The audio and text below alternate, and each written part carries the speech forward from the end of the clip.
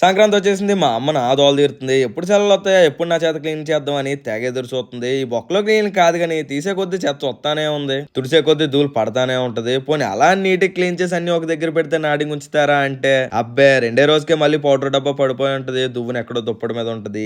ఏదేమైనా మన middle class ఫ్యామిలీలో మ్యాజిక్ ఏంటంటే ప్రతి సంవత్సరం ఇలా పండగ చెత్త అంతా బయట తీయడం, మళ్ళీ ఆ చెత్తలో ఏదో ఒకటి పనికొస్తుందని పక్కన పెట్టడం, ఇలా ప్రతి పండగకి చెత్త పెరుగుతూనే ఉంటుంది తప్ప తగ్గేదే బొక్కలేదు. ఎందుకమ్మా ఈ చెత్త అంతా అలా దాంతో పారేద్దామంటే అలా అయితే ముందు నిన్నే పారేయాలి, వాటికంటే పెద్ద చెత్తవే కానీ భరించడం లేదా, మూసుకొని లోపల పెట్టు అవే ఎప్పుడొకప్పుడు పనికొస్తాయి అంది. ఇక ఆ ఒక్క మాటతో లేచి నా రెండు జేబులు చేతిలో పెట్టుకుంటూ బయటకు పోతుంటే వెళ్ళాల్సింది బయటకు కాదు బాత్రూమ్ లోకి. బాత్రూమ్ అంతా తెల్లగా వచ్చే వరకు కడగలేదా నా చేతిలో సచ్చావే అంది. నా బొంద నా మొహం తెల్లరాడానికి నాడింగా సబ్బు రాసుకోను. ఇక బాత్రూమ్ నేను కడుగుతాను. బాత్రూమ్ గా నీట్ కడగావా నీకు సర్ప్రైజ్ గిఫ్ట్ ఉంది. ఈ ఆఫర్ ఏదో బాగున్నట్టుంది కదా అని ఎగబడి బాత్రూమ్ క్లీన్ చేసి గిఫ్ట్ ఏదమ్మా అని అడిగితే ఇదిగో బాబు, ఇదే అవార్డమ్మా?